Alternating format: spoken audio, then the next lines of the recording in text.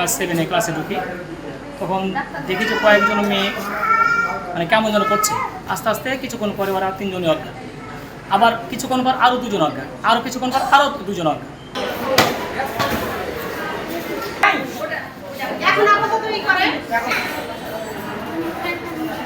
Class 7 ক্লাসে ঢুকি, তখন দেখি যে কয়েকজন মেয়ে মানে কেমন যেন করছে। এখন তোমাদের কী হয়েছে, মানে কেউ কিছু বলছে না, মানে সব হাঁটাহাঁটি করছে, মানে সব লজ্জা বলছে না, কেউ বলছে মাথা করছে, পেটে লাগছে, আমি ভাবছি অন্য কোনো সমস্যা হয়েছে। দ্বিতীয়ত পরে বুঝলাম যে মনে হচ্ছে কিছু হয়েছে, অন্য কিছু হয়ে গেছে। আস্তে আস্তে কিছুক্ষণ পরে ওরা 3 জনই অজ্ঞান, আবার কিছুক্ষণ পর আরও 2 জন অজ্ঞান, আরও কিছুক্ষণ পর আরও 2 জন অজ্ঞান।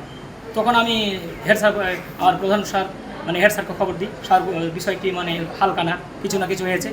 তখন হেড স্যার জিনিসটা আমলে নিয়েছে।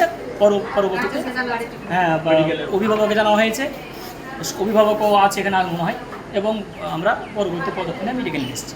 সকালবেলা ওরা খালি পেটে আসছিল বেশ কয়েকজন, তার মধ্যে ওই রাস্তায় হচ্ছে এক বয়স্ক লোকের কচড়া না কি যেন একটা খাবার খেয়েছে। খাওয়ার পরে স্কুলে আসা 2 ঘন্টা পরে একে একে সবাই পেট ব্যথা, মাথা ব্যথা, অজ্ঞান।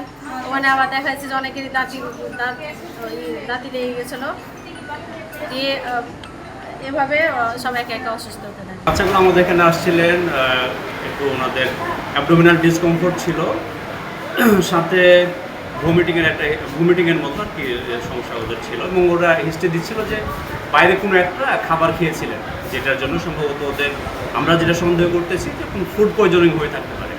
তো আমরা এখানে প্রাথমিক চিকিৎসার জন্য তাদেরকে ভর্তি করেছি, এবং আমাদের ওয়ার্ডে তাদের চিকিৎসা চলমান আছে, এবং বর্তমানে তাদের অবস্থা স্টেবল, তারা ভালো আছে, এবং আমাদের পর্যবেক্ষণ আছে।